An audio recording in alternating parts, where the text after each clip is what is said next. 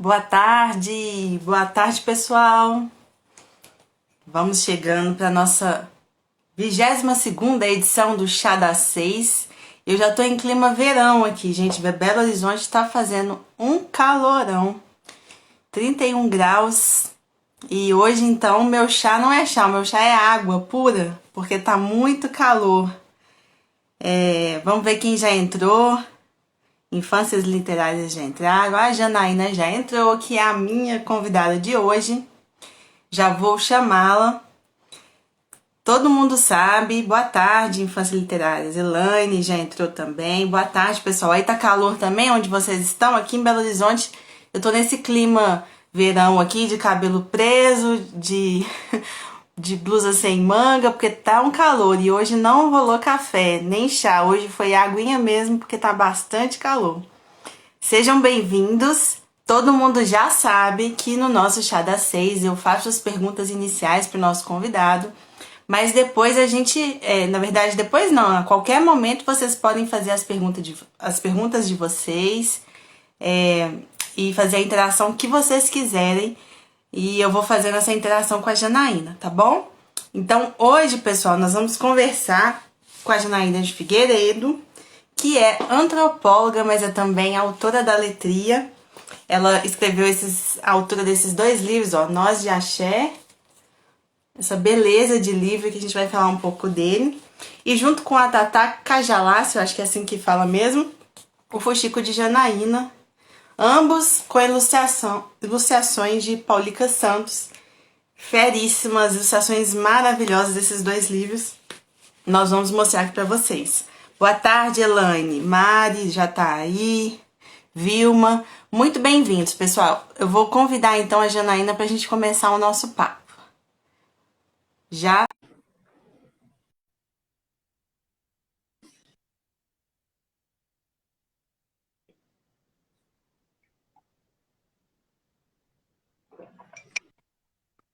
Oi!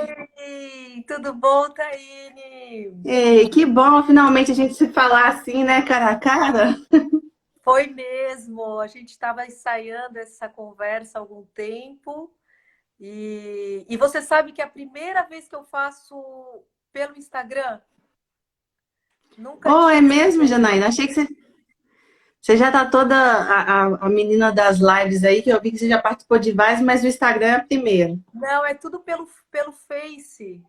E eu tô achando ótimo. Dá um salve aí para todos, para todas.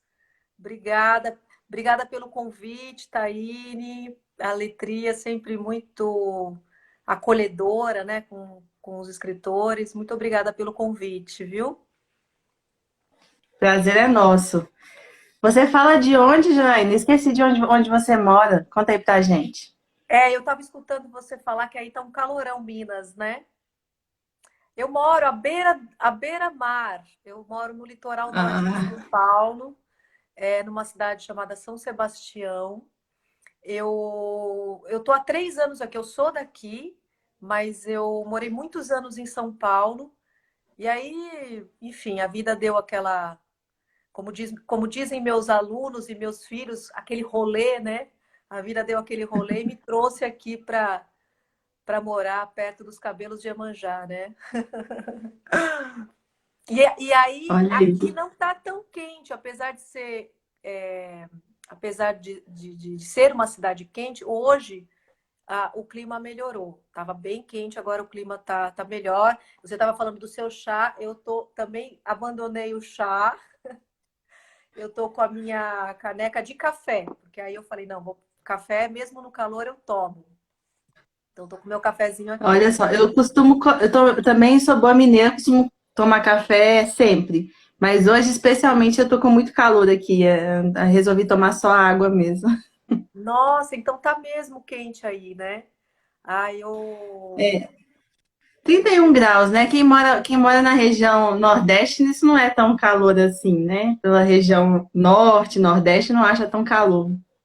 É porque tem um vento, né, lá que é agradável, né? E aí acaba não sentindo tanto. Aqui venta também, hoje está ventando bastante, mas no verão é a umidade, né? Que é muito úmido. Então a sensação do calor parece que é maior, assim, é bem puxado, como eu vou dizer, viu? O verão aqui é bem puxado. Mas Entendi, é isso. imagino. Mas a cidade é linda, para quem Então, não conhece, é linda.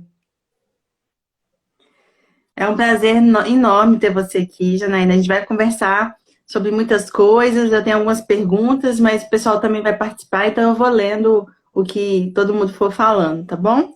Tá Então, ótimo. assim, na verdade, eu queria, já te apresentei como antropóloga, como autora da letria, mas eu acho legal você também se apresentar, falar um pouquinho até de forma mais pessoal também, quem é a Janaína, do que você gosta de fazer, um pouco da sua família, se você quiser, faz uma apresentação sua aí. Espera só um pouquinho, tá aí, que olha, o meu amadorismo aqui já fez com que o celular.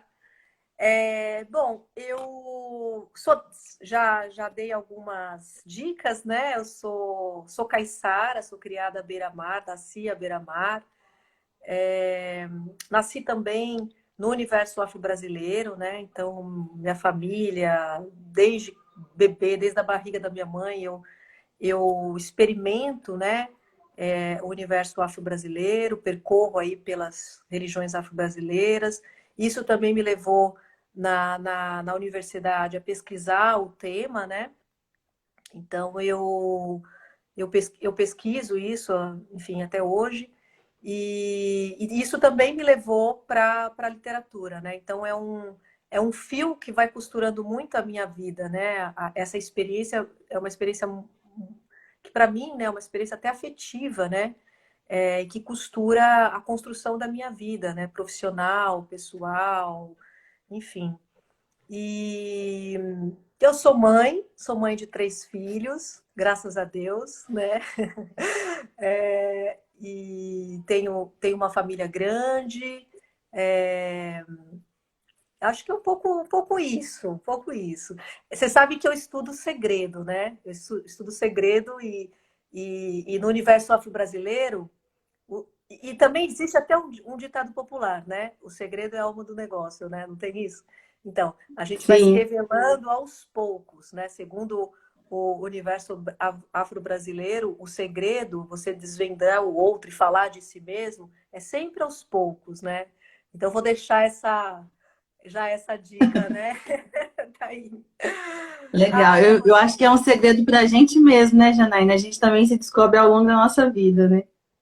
sim. Eu costumo dizer que nós somos seres inacabados, né, Taine? Somos seres inacabados, vamos nos descobrindo, vamos vendo o que somos capazes, o que não somos, e aí a vida vai acontecendo, né? Mas somos um mistério para nós mesmos, né? Então, a difícil tarefa dessa descoberta, né, Taine? A Rosana tá dando um oi. Com certeza. Oi, Rosana. Chegou. Um beijo grande para você, querida. Olha só, a Ana Cecília, que falou aí, ela disse que ela é professora em Ocara, eu acho que é isso, no interior do estado de Ceará. E aí ela falou que ama a alegria e quer conhecer o seu trabalho. Falou isso aí, ó. Oba! Tem Ceará aí, ó. Olha, que prazer, um grande beijo para o Ceará. Muito obrigada, viu, pela atenção.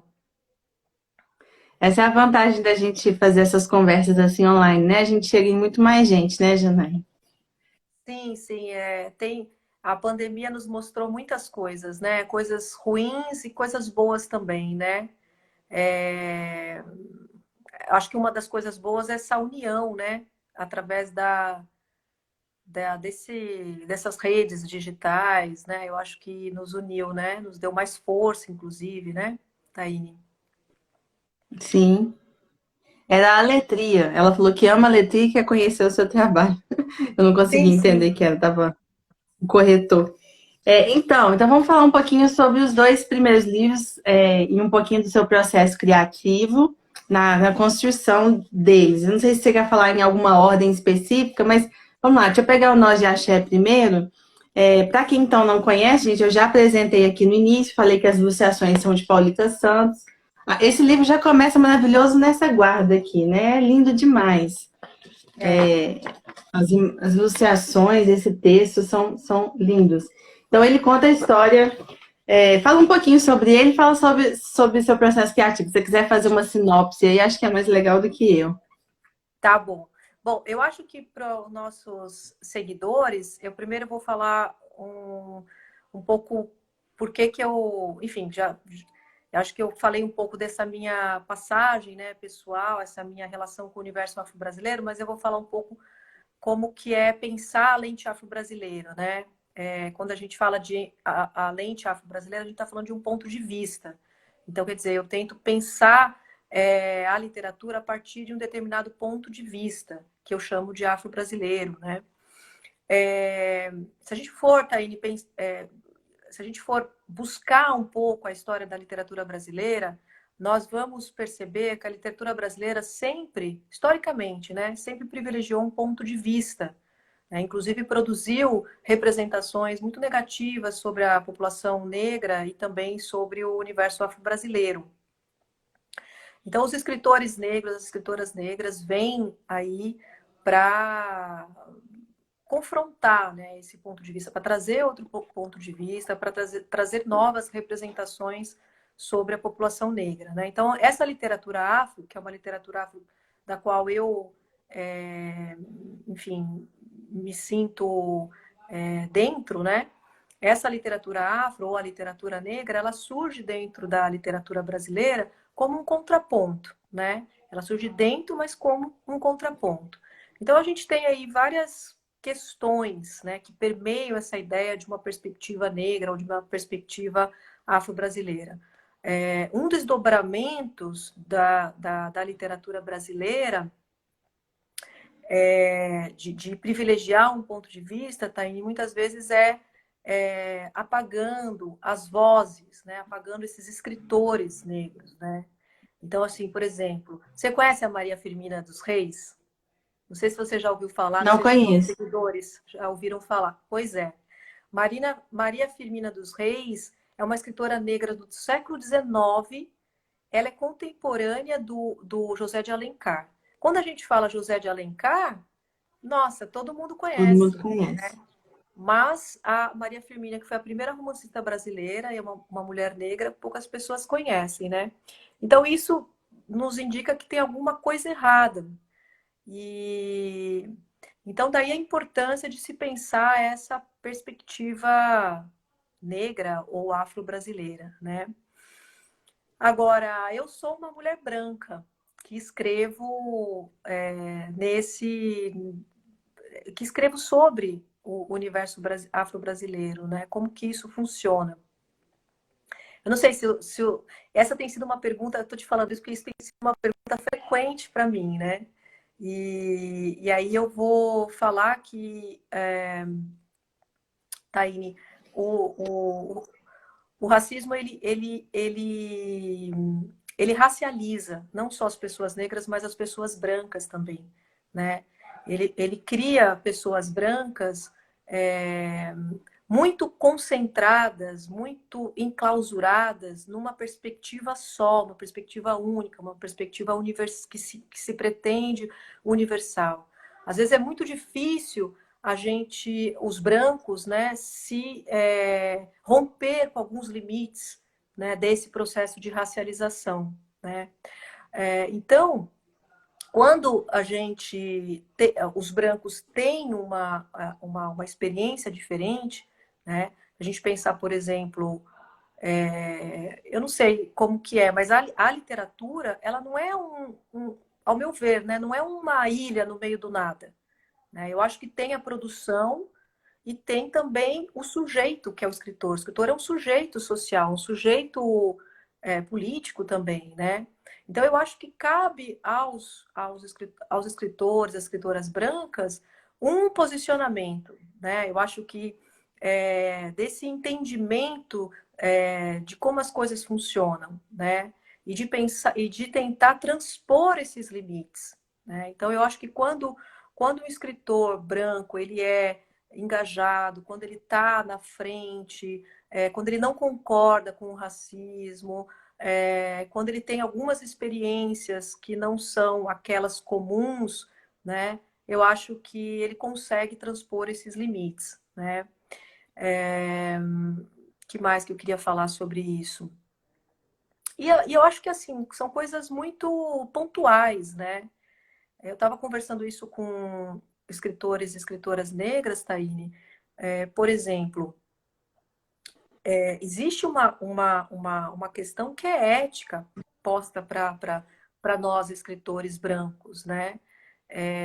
Por exemplo, as editoras, quando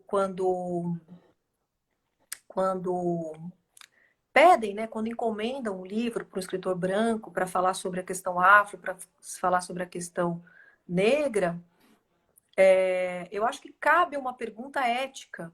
É uma pergunta ética e uma pergunta engajada.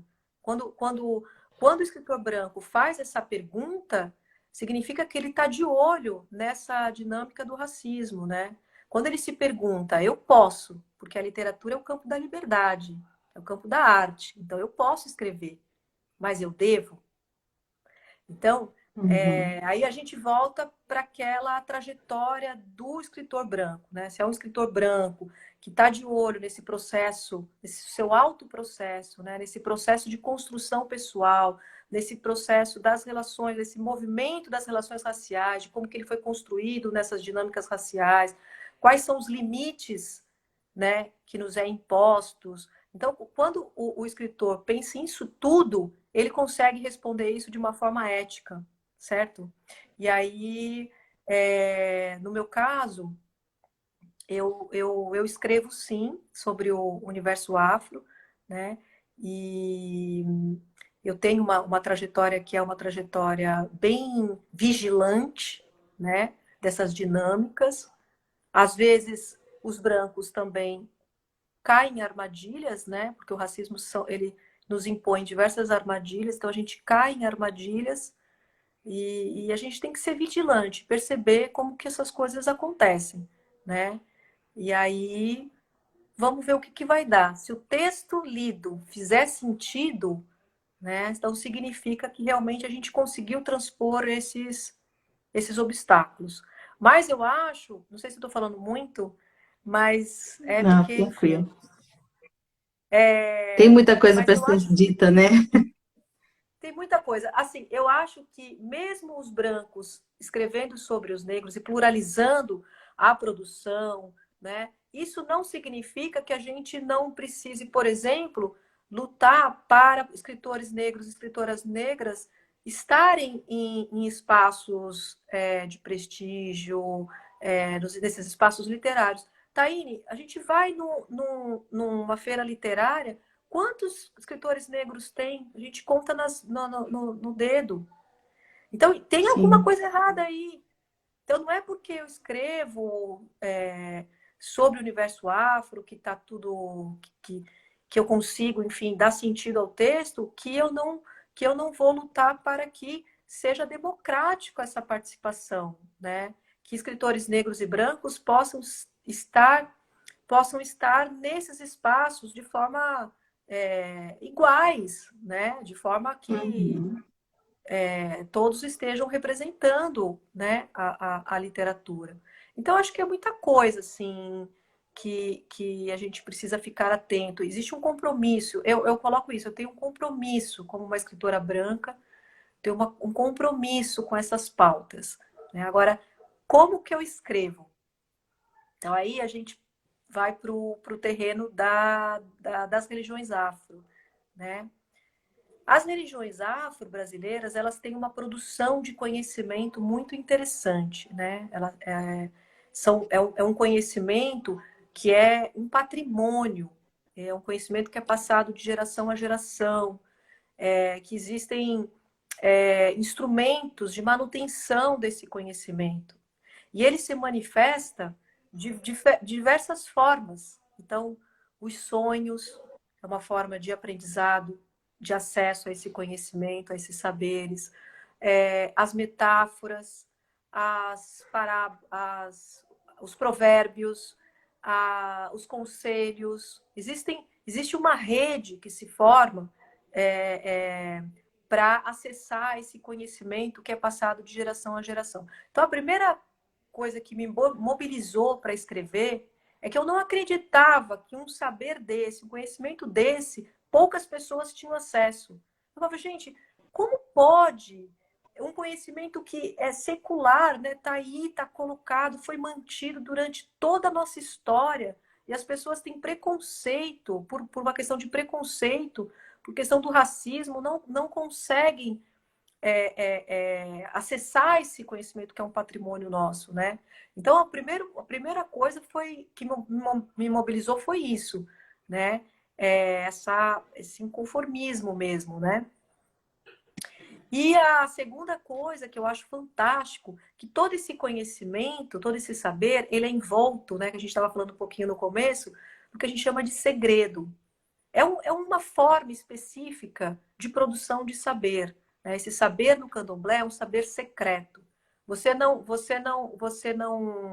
Quando a gente pensa no conhecimento lá, a gente pensa em segredo. Quando a gente pensa em segredo, a gente pensa em saber. Todos eles estão no âmbito do sagrado. É tão valioso que é sagrado, né? Então, e as crianças que circulam nesses espaços, que eu acho fantástico, que eu fui uma criança que circulei nesses espaços e acessei esse conhecimento, experimentei esse conhecimento de formas muito particulares, e aí eu vi outras gerações de crianças participando, elas enxergam isso de uma forma muito bacana, né? De desprendimento, desprendida de qualquer coisa. Então, quando eu escrevi, quando eu escrevo, eu tento pensar essa produção de saber a partir da lente da criança, que é uma lente também muito particular, né? Então, é um pouco isso que eu tento fazer, que eu fiz principalmente no Nós de Axé. Né? O Nós de Axé eu fiz bastante isso. O Fuxico de Janaína foi mais, não sei, talvez mais antropólogo, assim, né? Uma Qual que lição foi mais... primeiro? Esqueci de olhar aqui no Foi, ano de foi o edição. Qual que você... Fuxico, foi o Fuxico de Janaína. Ah, tá. Gente, olha essas ilustrações. O texto da Janaína é maravilhoso. E olha essas ilustrações da... Deixa eu pegar uma página a mais. É maravilhoso, né, Janaína? É muito bom, é muito bom. Eu e a Paulica, a gente teve uma sintonia muito grande, né? E um cuidado, um respeito, né? Para pensar as imagens, para pensar essa relação entre imagem e texto, né? Do leitor também se tentar construir um cenário em que o leitor possa ser transposto a isso, né? Experimentar essas sensações, né? E o Fuxico, eu já abro o Fuxico com o tema do segredo. O segredo é um tema que eu percorro bastante. E eu não sei, os nossos seguidores devem. O pessoal está falando, né? O Fuxico é uma palavra que ela tem dois significados nos terreiros, né? Ela tem um significado de comunicação e tem um significado que as pessoas entendem como fofoca, né? A gente fala, vamos fuxicar, né? Sim. Assim, no senso comum é fofoca, mas lá é comunicação, porque a palavra ela tem uma força e ela é contextualizada, né? Você quando vai falar alguma coisa, essa coisa ela tem uma função, né? Então, se você está na função do ritual, essa palavra ela tem que ser mais secreta, ela tem que ser mais contida, menor, né? E quando você quer movimentar as energias, quando você quer movimentar o outro, quando você quer movimentar o coletivo, aí a palavra ela é mais expansiva. Então, por isso que deu essa ideia de fofoca, né? Mas eu usei o fuxico como segredo. Como segredo, como uma Muito palavra legal. secreta. O pessoal comentou aí que muito legal essa sua fala em relação a por que, né, um dos motivos por você ter escrito o Nós de Axé, enfim, as suas obras de forma geral, para deixar colocar isso mesmo, acesso, né, para as crianças. É, Sim.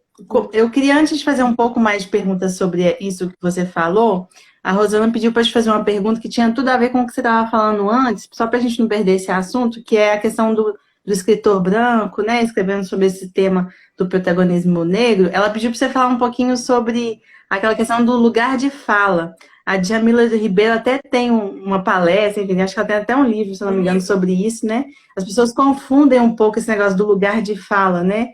Já te confrontaram com isso? Então, esse termo do lugar de fala, infelizmente, foi bastante mal interpretado, né? Mas a Djamila, enfim, ela traz no livro dela justamente para tentar organizar melhor essas ideias, né? O lugar de fala é o lugar em que nós somos construídos, né? E esse lugar ele tem recortes, recorte de classe, recorte racial, recorte cultural, de gênero, né? Tem vários recortes. São esses recortes que vão nos posicionar num lugar no mundo, né? Um lugar social. É como as pessoas vão nos ver, é como nós vamos nos relacionar com os outros, né?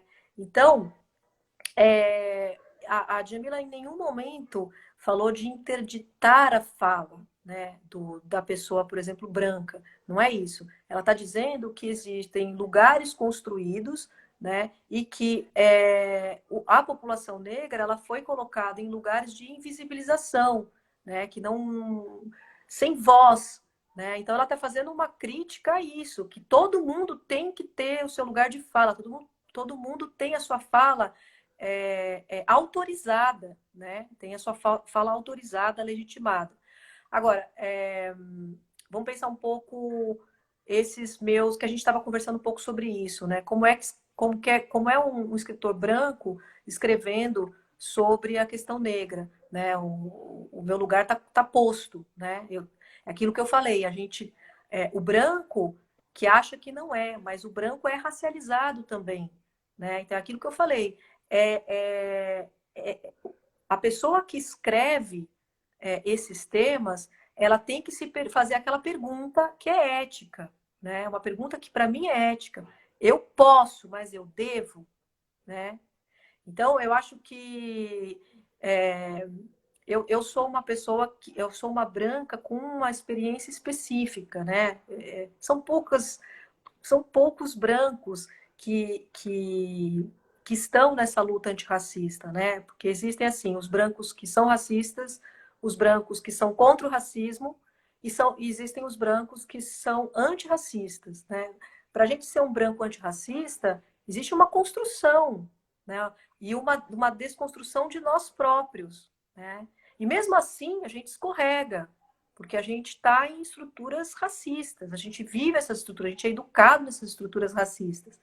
Então, é, é, é, é ter o cuidado, é ter esse cuidado e se perguntar. E não perder de vista que, é, que tem coisas que eu não posso falar mesmo, né? Tem coisas que eu não posso falar. Então, eu acho que eu não sou protagonista de nada, né? Eu estou aí como uma aliada, né? Agora é difícil, né? É um tema complicado, porque são muitas pautas, né, Taine? São muitas pautas políticas, muitas agendas que elas são às vezes muito vistas separadamente, mas que elas têm que agir de forma coordenada. Então existe uma pauta de pluralizar nosso sistema com vários pontos de vistas, né? Existe uma outra pauta que é tornar essas vozes que sofreram um apagamento histórico por conta do racismo, torná-las vivas, né? Torná-las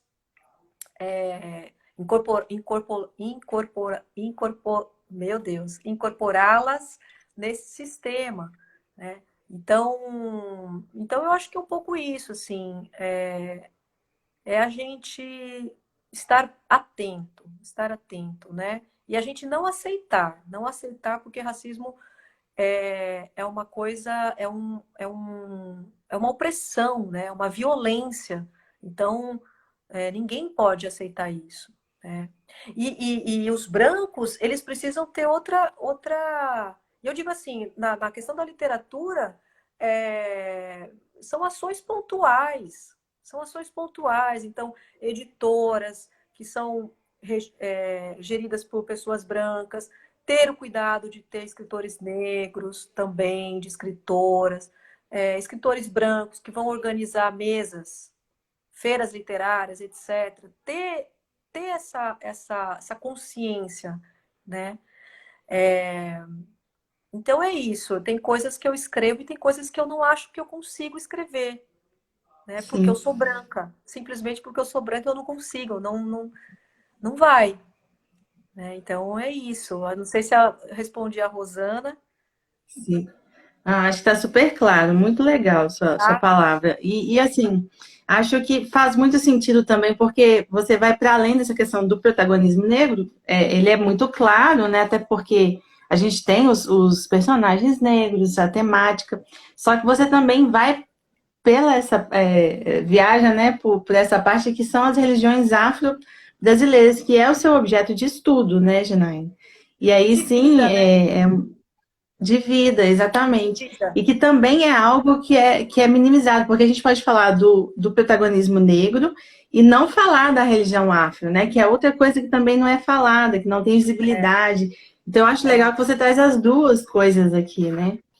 é um tema bem polêmico, né? Um tema bem polêmico, porque principalmente nas escolas, né? Que hoje em dia, quando se fala de literatura infantil, hoje em dia não, né? Literatura infantil e juvenil nasceu um pouco colada nas demandas da educação, né? Mas quando Sim. a gente fala dessa produção literária, a gente fala de educação. E nas escolas existe um pouco entendimento, né? As pessoas acham que é religião, que vai ler isso a questão é religiosa. Não é. É uma. A gente está pensando na chamada que eu falei, né? Que a gente começou no início. A gente está falando de um outro tipo de lente, é pluralizar as lentes.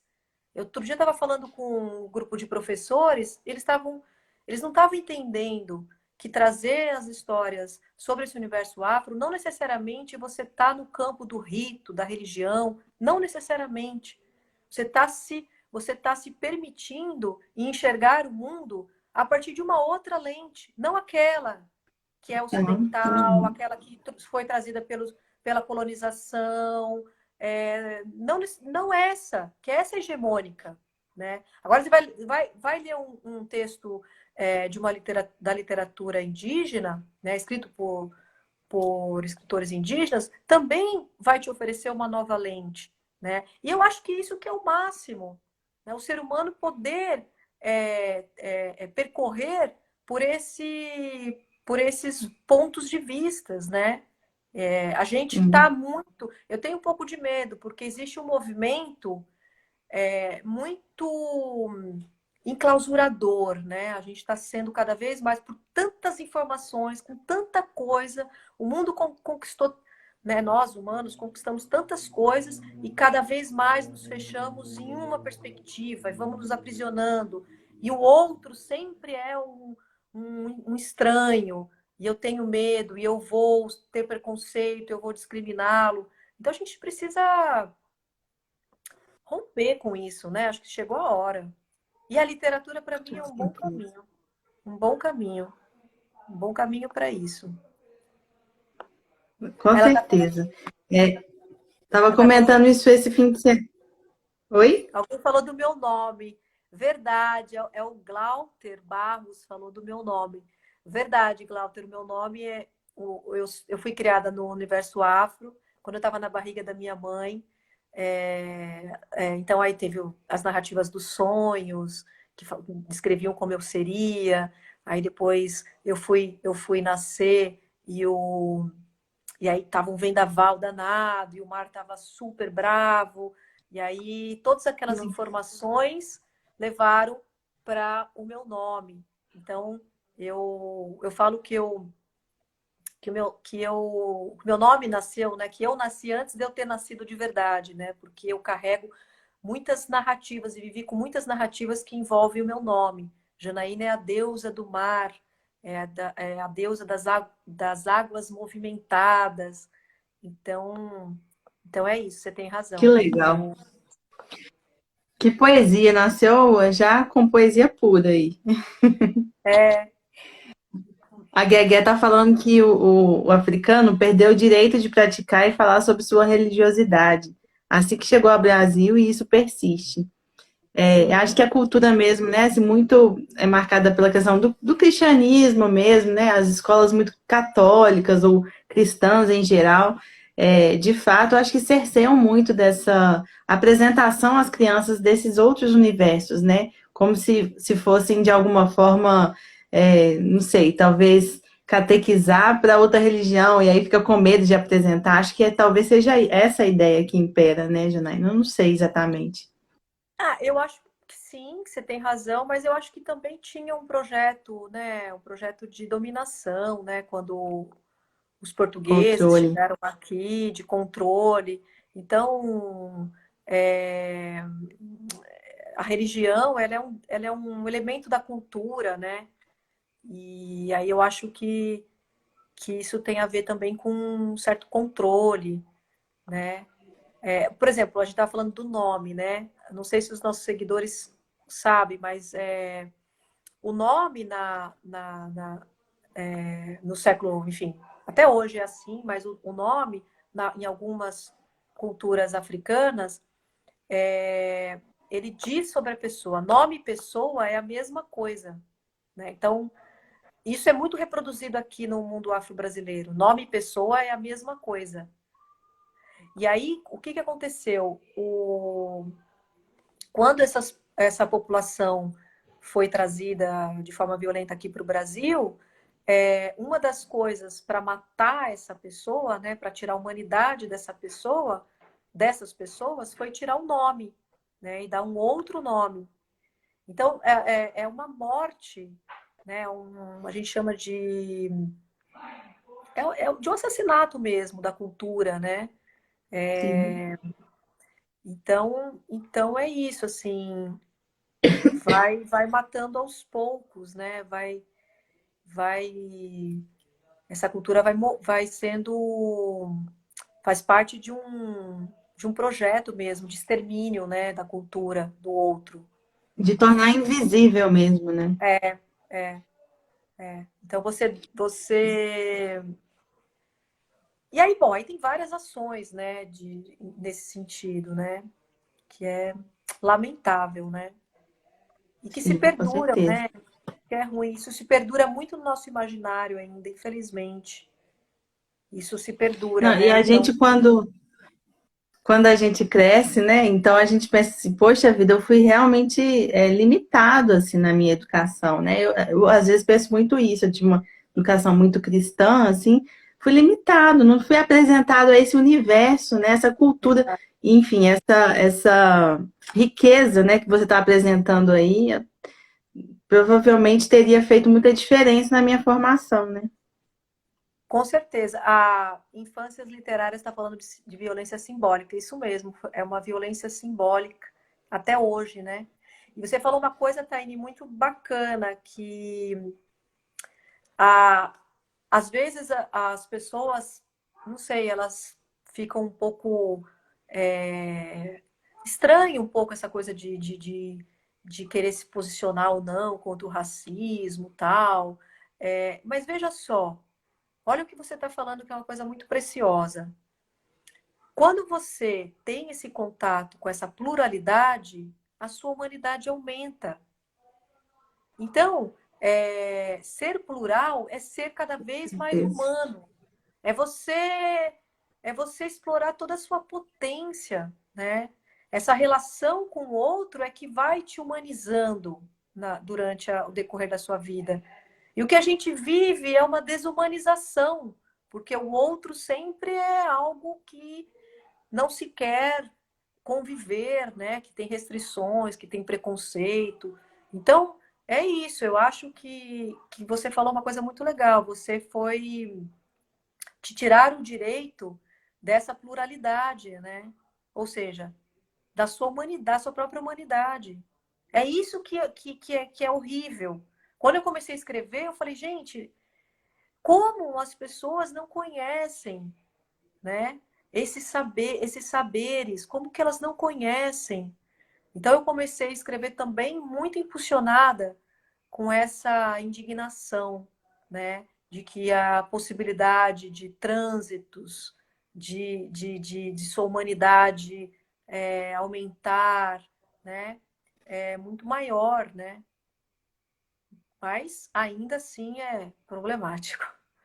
Nossa, maravilhoso que você falou. Eu nunca tinha pensado dessa forma, assim, de que de fato, né, a gente pode até achar isso como solução de muitos problemas que a gente fica aí tentando resolver nas escolas, com meninos agressivos, sem limites, né? De repente, se a gente apresentasse uma cultura, né? Enfim, eu tô falando cultura, mas na verdade todo esse universo aí, talvez eles fossem mais humanos, porque enxergariam melhor o outro, né? Muito legal, muito Sim, bacana. sim. Eu queria te fazer uma pergunta também sobre as mulheres, porque nesse caso os dois livros são, né, tem protagonistas femininas, e essa acho que é uma questão muito forte também das religiões afro-brasileiras, não é, Janaína? Essa questão da mulher, existe uma questão em torno disso, não tem? Fala um pouquinho sobre esse protagonismo feminino também dentro disso tudo que a gente está falando. A figura, na verdade, a figura da mulher, né?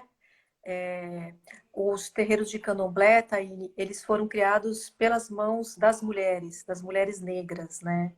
E era um espaço onde elas tinham realmente poder ali, né? Os homens ficavam bem num canto lá que elas criavam. Mas além da questão da mulher, também a questão do feminino, né? A, a, a ideia que a gente tem do feminino é diferente, né? O feminino ele é valorizado, o feminino é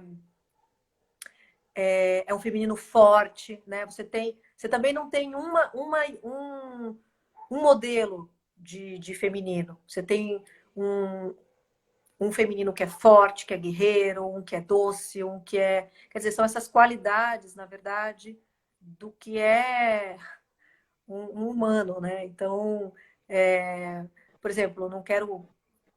Vamos comparar, assim, em outras tradições religiosas, geralmente apresentam para nós um tipo de feminino, né? A gente tem sempre a imagem de um tipo de feminino. Nessas religiões, nós temos uma gama, né? E as mulheres, aí eu vou falar do ponto de vista real, né? As mulheres quando vão aos terreiros, elas vão se identificando com esses modelos de feminino e se empoderam, né? Então, no Fuxico de Janaína, eu dei vários tipos, na verdade, de feminino, né? E que são tipos que empoderam mesmo as mulheres. Isso, as pesquisas na área de antropologia falam sobre isso, dessa coisa do empoderamento, quanto essas figuras, né, de orixás, de inquices, elas empoderam nós mulheres, né, brancas, negras, etc. Que também é uma forma de pluralizar, né, como a gente está falando, né? Uma forma de Sim. pluralizar. O fuxico de Anaína, ele não sei se você vai dizer melhor que eu, mas ele vai um pouco mais direto nessa questão da religião mesmo afro-brasileira, então ele é bem mais específico. O Nós de Axé, ele conta a história, na verdade, de uma menina, né? A relação dela com a fitinha, que vai se desgastando, e a ideia também do que isso tem a ver com o tempo, com a memória, né? E que é outra coisa também que eu acho muito interessante, Anaína, não sei se você enfim, gostaria de falar sobre isso, mas existe uma questão de trazer o protagonismo negro, por exemplo, em situações diversas, né? E não necessariamente para falar o cabelo da menininha, sei lá, ou sabe aquelas histórias, né, que trazem especificamente falando sempre sobre alguma coisa do negro. Então, cabelo tanhonhon, ou coisas assim. E nesse caso é o negro, a negra, numa história normal da vida dela, assim, né? Como qualquer outro. Não está falando sobre questões específicas do negro. Não sei se eu estou fazendo me entender. Mas que eu acho que é legal demais isso também, né? A gente tem que falar desses temas na vida, assim, que é o que Sim. acontece aqui, né? Eu acho que é importante ter essas narrativas, porque de fato é, isso tem um desdobramento para a vida de muitas meninas e meninos, muitas crianças negras e negros, né? Então, eu gosto, eu acho que é importante e legítimo essas narrativas, né? Elas empoderam, elas dão repertório é, de enfrentamento de muitas contextos de violência, né? De escola, etc., violência racial.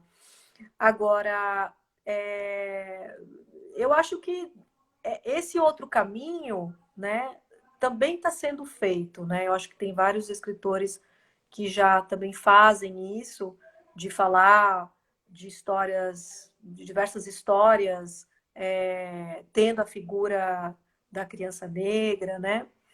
E, e eu fiz isso, claro, dentro desse universo aí que eu experimentei, né? Que eu consigo escrever, né? Uhum. Então, o Nós de Axé é... Nossa, tem várias leituras, na verdade, sobre o Nós de Axé. Eu fui indo em escolas, foi tão interessante. As pessoas trabalham com Nós de Axé, desapego, protagonismo negro, desapego, acredita? Eu nunca tinha Olha pensado só, nisso. É, o não consumo, o que tempo, a legal. Porque ela, memória. Dá porque ela tem a questão do desgaste da fitinha, né? Então, de fato, muito legal. eu acho que abre um campo de possibilidades ali, né? O texto. Eu adoro esse texto, eu adoro, adoro, Eu também. porque é muito legal. Olha lá, a Rosana está falando desapego. Eu nunca tinha pensado. Eu acho que isso que é a maravilha, né? Da escrita, que Exatamente. você escreve sem pensar naquilo e depois um outro texto vai sendo construído é, no mundo, né? Um outro texto vai sendo construído no mundo sobre a narrativa. Isso eu acho o máximo, Sim. não é? Tem alguma coisa, tem alguma curiosidade desses dois livros que fez parte da sua vida, enfim? Como é que foi esse processo de criação? Ou realmente é uma história que você já tinha na cabeça? Não, olha só. O Fuxico de Janaína, eu estava fazendo meu doutorado, né? E aí eu fazendo pesquisa tal, e aí eu acabei fazendo o Fuxico de Janaína. Agora, o Nós de Axé tem uma curiosidade. Você sabe que eu fiz quase que uma etnografia, eu fiz um catálogo, eu fui recolhendo experiências das crianças, eu fui vendo que tanta criança tem experiência com essa fitinha do Bonfim. E Ai, cada que legal. história que é ótima, dariam muitos livros. E então, essa é uma curiosidade. Antes de fazer eu já tinha alguma coisa pensada, porque os meus filhos e eles tinham tido essa relação, sabe aquelas narrativas cotidianas, né? A gente se vê aí num momento em que acontece alguma coisa e fala, nossa, isso vai dar um, um texto bacana. Então, meus filhos tinham tido Aham. uma experiência com as fitinhas e depois eu fui recolhendo. Eu sei lá, eu acho que eu tenho umas 70 crianças que eu conversei que me contaram sobre essa relação com a fitinha. E aí a gente percebe, claro que aí eu fiz essa coisa dessas crianças eu peguei as crianças do terreiro, né? As crianças que tinham tido essa experiência. E é Uhum. um processo de ressignificação, né? Porque elas falam da fitinha, da experiência da fitinha delas, a partir da experiência que elas têm no terreiro, né? Que é enterrar, fazer o rito, e aí elas falam da água de cheiro. Então foi isso, um pouco essa curiosidade. Muito legal. Olha, eu tô mostrando, o pessoal tá pedindo, viu? Eu tô mostrando enquanto você Não, fala, o finalzinho, até no colofão tem ela aí. Mas antes da gente terminar, porque já está quase acabando, nosso tempo passa muito rápido. Faltam só 10 minutinhos para o Instagram derrubar a gente.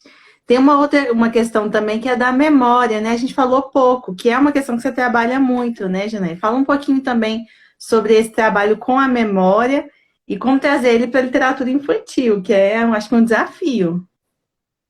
é um desafio. A memória é um tema que eu persigo e ela tem uma forma muito parecida com o segredo que a gente conversou, né?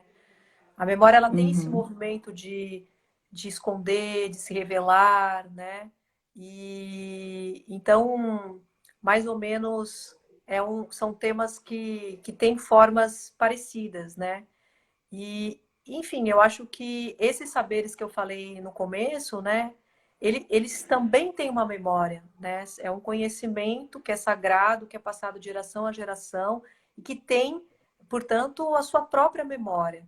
Então, eu não consigo lidar com isso sem pensar nessa relação com o tempo, sem pensar nessa relação com a memória, sem pensar nessa memória que também é uma memória coletiva, mas que também atravessa uma memória afetiva, como a minha memória, por exemplo. Uma memória, quando eu ouço música de terreiro, logo coisas acontecem em mim, né? Elas despertam a minha memória afetiva, me transportam para a infância, né? Para a terra de rua, para a rua de terra, né? Para o som dos tambores, para o cheiro das folhas. Então, isso eu percebi com as crianças que também frequentam lá, né? Que são crianças que vão construindo uma memória, que é uma memória coletiva, mas também uma memória individual afetiva, né? As marcas que vão deixando dessa memória na vida da pessoa, né? Então, é um pouco esse movimento que eu faço, né? Na verdade, eu converso muito com essa memória afetiva também, né? Sim, não, e isso é tão importante, essa questão do repertório, né? Da cultura, dessa memória coletiva e do repertório, porque assim, acho que a gente não percebe enquanto a gente não precisa. Então, por exemplo, eu esse fim de semana conheci meu sobrinho que acabou de nascer, com 3 meses, e aí na hora de ninar, assim, você fala, gente, quais são mesmo as músicas que eu me lembro? E você fala, caramba, já tô esquecendo até as músicas que são tradição, né? E a gente até brincou, canta o hino aí do Cruzeiro, do Atlético, porque a gente estava lembrando das músicas de Niná, que isso é repertório cultural e tantas outras Sim. coisas que são importantes a gente passar para os nossos filhos, enfim. E com certeza há muito desse repertório aí nesse campo da religião afro. Eu tenho muita curiosidade de saber mais. Logo, logo vão sair os outros livros aí. Vamos ver que Que vai. legal. É. Mas é isso. As religiões afro é um conhecimento para mundo, assim, né? Para mundo. Você sabe o que eles me falam? Vou te contar, Taine, de uma. Não é um provérbio, é um. Ai, como que se fala? Esqueci o nome, a palavra que se diz. Não é provérbio. Eu escutei Ditado, não. um ditado, um ditado.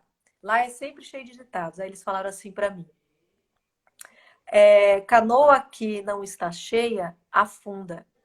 Significa o seguinte: se você não tem esse conhecimento, a falta desse conhecimento é uma questão. Não, peraí. Significa que que esse conhecimento é uma questão de sobrevivência, né? Então, para mim, Uhum. se eu não tiver esse conhecimento, eu afundo, né? Que para mim é sobrevivência, é vida. E espero que todos Sensacional. estão convidados a navegarem por esses saberes, né? Convido todo mundo. Que bom. Isso aí, que bom que nós temos escritores aí para nos ajudar né, a navegar, né, nessa viagem aí. Muito obrigada, então. Obrigada pela conversa, obrigada pelo seu trabalho, né? Se você quiser deixar um beijo aí para todo mundo, umas palavras finais, ainda dá tempo. Eu quero sim, eu quero a todos que estão nos assistindo mandar muito axé, né? Axé, que é força de vida, de alegria, né? De expansão. Então, quando a gente deseja axé ao outro, significa que a gente está desejando o melhor de nós para o outro, né? Axé é uma forma de trocas entre os seres humanos. Então eu quero deixar para vocês todos muito axé, né? Que a vida de vocês brilhem, assim como os cabelos de Iemanjá brilham aqui na beira-mar, né? No dia de lua cheia. Então, um grande beijo para vocês. Viu, Taine? Muito obrigada pelo convite. Rosana, agradeço. Uma delícia, viu, o bate-papo? Ó, tá todo mundo falando que o papo foi gostoso, viu? Ó, a Guegué falou maravilhoso, o Glauder falou ótimo papo, mandou axé também. Então, Bom, quem não conhece os livros ainda da Janaína, estão disponíveis lá na letria, né? Então, ó, Nós de Axé e o Fuxico de Janaína. E a Janaína tem outros livros, né? Mais de um que você tem, Janaína? eu tenho o Meu Avô é um Tata, que fala do amor de um sacerdote com o seu neto, tá? Que é lindinho também, pela editora Palas. E um que é sobre contos caiçaras, que foi uma encomenda de uma editora, foi a minha primeira encomenda, também muito legal. Esse é com a Bruna Lubambo? Com a Bruna, os dois são Esse com a eu Bruna. tenho. É o do Boi, que é do Boi, né? Que aí eu trabalho com narrativas orais, né? Então, estamos aí. E do meu avô é um tato é lindo. Quem quiser também, tá lá. Aí. Uma gracinha. A gente já conhece bem, a Bruna Lubambo é a anunciadora da letria também, a gente conhece bem. Então tá aí, Ela é recomendadíssimo, talentosa. super. Então é isso, Janaína, muito obrigada. Obrigada a todo mundo que está mandando coraçãozinho, palmas. Depois correm lá para conhecer os livros da Janaína. Um beijo, então, para todo mundo. Beijos. Tchau, tchau, querida. Tchau.